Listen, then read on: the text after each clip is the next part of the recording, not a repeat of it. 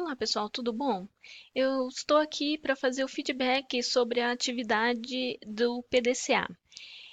Dentro da correção, eu vi que aconteceram alguns problemas e eu resolvi fazer esse vídeo para a gente conseguir alinhar qual é o conceito do PDCA e como a gente poderia usá-lo dentro da área de recursos humanos. Então, vamos lá.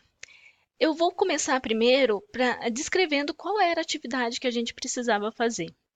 Então, quando a gente leu o material sobre o PDCA, viu o vídeo sobre qual era o objetivo do PDCA, qual era o conceito, a atividade que a gente deveria fazer era a primeira questão.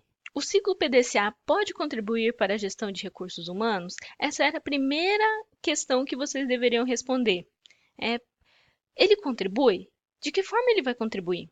Então, a segunda parte da resposta da atividade era justificar a resposta de forma a contribuir para o entendimento de cada etapa desse ciclo. Então, o que a gente deveria fazer aqui?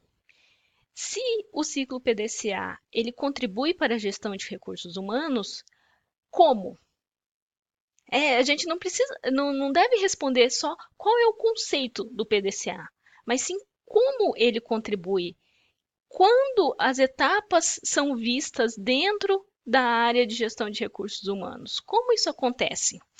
Então, essa era a primeira coisa que a gente precisa pensar quando ia realizar a atividade. Só que o que eu vi dentro da atividade que vocês realizaram? Houveram alguns pontos que não foram contemplados na maioria das respostas da turma.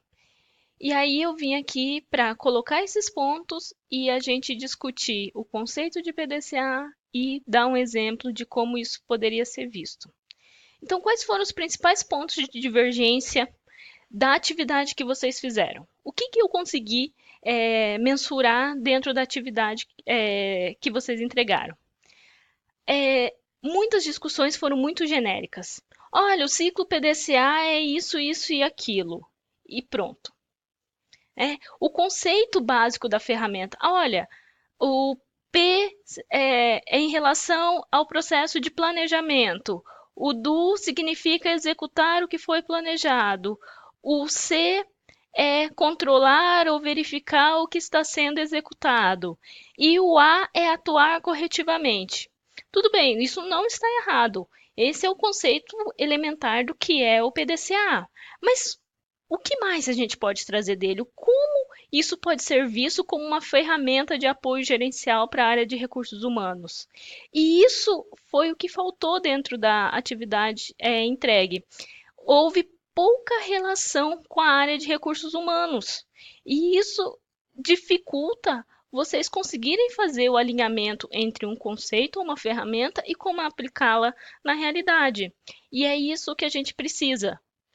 A competência de vocês, a construção da competência dentro dessa disciplina é a gente também saber como utilizar essas ferramentas no cotidiano das organizações. E isso não, pelas respostas que eu obtive, isso não parece não ter ficado claro para vocês.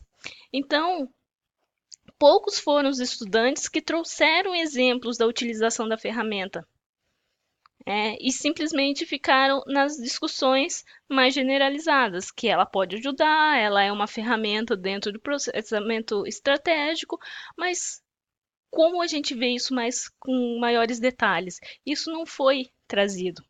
Então, vamos começar falando sobre o conceito do PDCA para a gente depois falar um pouco sobre um exemplo. Então, qual é o conceito do PDCA? Primeiro, a fase de planejar. Essa fase é a pré-existência de uma descrição e do entendimento do que se pretende com todo o processo. Então, identificar o problema, descobrir por que ele começa. Isso consiste em quê? Em definir as ações necessárias para dimensionar os recursos e as condições dentro da organização, identificar as dependências e as implicações desse problema, atribuir as responsabilidades e especificar o processo de medição do desempenho e dos resultados esperados. Então vejam que aqui no processo de planejamento, ele é o cerne para que a gente faça com que a roda do PDCA gire e que toda vez que a gente girar essa roda ou que passar por outras etapas, a gente consiga verificar onde está cada etapa e o que a gente pretende com cada uma delas. Então, essa fase, né, do planejamento, ela só vai ser considerada como concluída quando um plano suficientemente detalhado consiga suportar a execução do que está sendo proposto e ser aprovado para implementação. Então, essa é a primeira coisa: planejar e criar o plano de ação. Aí a gente passa para a fase do do, que é a execução. Então, aqui é que vão ser executadas as ações determinadas no plano, desde a obtenção de recursos e condições até a implementação desse processo de medição e controle que foi feito lá no planejamento. O resultado da execução é um conjunto de sistemas, processos, equipamentos que foi devidamente implementado e em condições de ser operacionalizado e produzir os efeitos necessários. Então, é aqui na parte da execução que eu vejo que o que foi planejado ele está sendo colocado em ação. Na próxima fase, a gente tem o check, que é a verificação ou controle. E mais do que a gente medir o que está sendo feito, implica também assegurar que esse processo tenha sido executado da forma correta. E isso fazendo a comparação de tudo que foi planejado se realmente está sendo acontecendo. Para isso, a gente usa relatório de acompanhamento e de desvio e mostra o atendimento ou não dos parâmetros, né, que foi feito no planejamento, se eles foram estabelecidos, estão sendo cumpridos. E aí a gente parte para a última fase, que é atuar, né? E nessa fase seria mais fácil a gente falar sobre aprender com os erros e acertos. Por quê? Aqui é onde a gente vai ver se todo o planejamento, a execução, deu certo ou não deu. Né? Então, aqui é a utilização prática dos resultados do processo, se eles foram bons ou ruins, e dessa forma a gente introjetar na cultura e nos métodos das organizações o que deu certo, compartilhar esse aprendizado, envolver as pessoas, treinar as pessoas naquilo que deu certo e corrigir o que pode ser mudado. E aí a gente gira o PDCA. O que deu certo a gente continua executando e o que não deu certo a gente retoma para o planejamento para ver como a gente conseguiria mudar esses problemas que aconteceram. Nem sempre o que a gente planeja acontece da forma correta e a gente precisa estar ciente disso para a gente conseguir modificar isso e não manter. Então, a organização sempre vai aprender com o que deu certo e também com o que não deu. Então, aqui eu vou colocar para vocês um exemplo sobre como o PDCA pode ajudar dentro do planejamento estratégico da área de recursos humanos. A primeira coisa do PDCA é a gente começar a definir o problema a ser resolvido. Então, é importante envolver não só os gestores, mas também os funcionários em cada passo, para que a gente consiga entender quais são as necessidades de cada ator e pensar num plano de ação mais efetivo, né? Então, aqui, como exemplo, eu coloquei o aumento da produtividade dos funcionários e foi identificado um problema. A equipe está sobrecarregada com muitas horas extras. Então, a gente parte para o planejamento.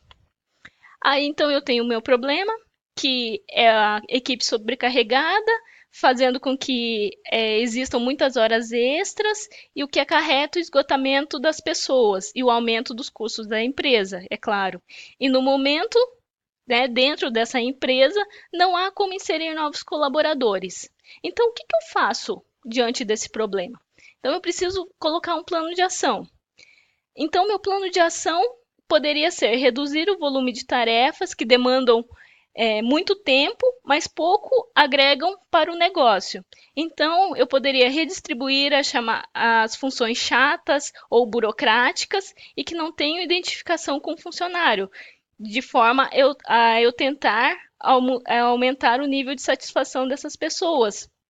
O objetivo desse plano de ação é o aumento da produtividade das pessoas por meio da satisfação. E a minha meta com isso é reduzir em 50% as horas extras em 3 meses. Aí eu parto para a segunda fase, que é a execução. Então, eu poderia automatizar as tarefas que permitissem para que eu pudesse liberar o funcionário para atividades mais complexas. Eu poderia também implementar o uso de ferramentas de organização e gestão aplicados à gestão do tempo e outras ideias que ajudem a equipe a gerenciar as suas atividades e o gestor também a identificar as atividades que demandam mais tempo. E também posso pedir pelo cumprimento dos horários e dar o exemplo também. Se o gestor, nesse caso, também deve entrar e sair no horário correto para que ele possa pedir que os seus funcionários tenham o mesmo comportamento. Na terceira fase, a checagem. Fazer o feedback semanal dos colaboradores para detectar o nível de satisfação, verificar o volume de tarefas na pauta de cada funcionário e ver os motivos de cumprimento de horas extras. Eu também posso acompanhar a evolução semanal de cada funcionário e também acompanhar o desenvolvimento, a evolução da área como um todo. E por fim, eu vou na ação. O que aconteceria? Dentro da checagem, eu vi, dentro desse feedback, fazer esse acompanhamento, o que eu identifiquei? Que a automatização ela enfrenta a resistência dos funcionários, porque muitos não veem vantagem em mudar esses processos. E aí, o que eu poderia fazer? Incluí-los na busca de uma solução de automatização e não somente impor, porque daí eu trago eles para resolver os problemas. Outra coisa, parte das tarefas são pedidos extravagantes por parte dos clientes. Então, aqui é papel do gestor direcionar essas demandas, negociar com os clientes o que pode ou não pode e também dizer não aos clientes para determinadas atividades, que aquilo não está correto dentro do escopo da organização. As horas extras, foi identificado também que as horas extras complementavam a renda de muitos colaboradores, então poderia também ter resistência. E o que eu poderia fazer como gestor? Rever os planos de salários da empresa como forma de não perder esses recursos humanos e não desmotivá-los em função de uma diminuição no valor dos salários deles em função da diminuição das horas extras. Então, pessoal, aqui é só um exemplo para mostrar para vocês como o PDCA pode agir dentro da área de recursos humanos. Eu vou deixar esse feedback aberto e para que vocês também possam realizar novamente a atividade e me entregar e poder complementar a nota. E qualquer dúvida que vocês tenham sobre a atividade, entre em contato comigo, que aí nós podemos sanar essas dúvidas que vocês, porventura, tenham. Tá? Bom estudo a todos e espero que isso ajude na compreensão de todos sobre essa ferramenta que ela é muito útil para a organização e principalmente para a área de recursos humanos.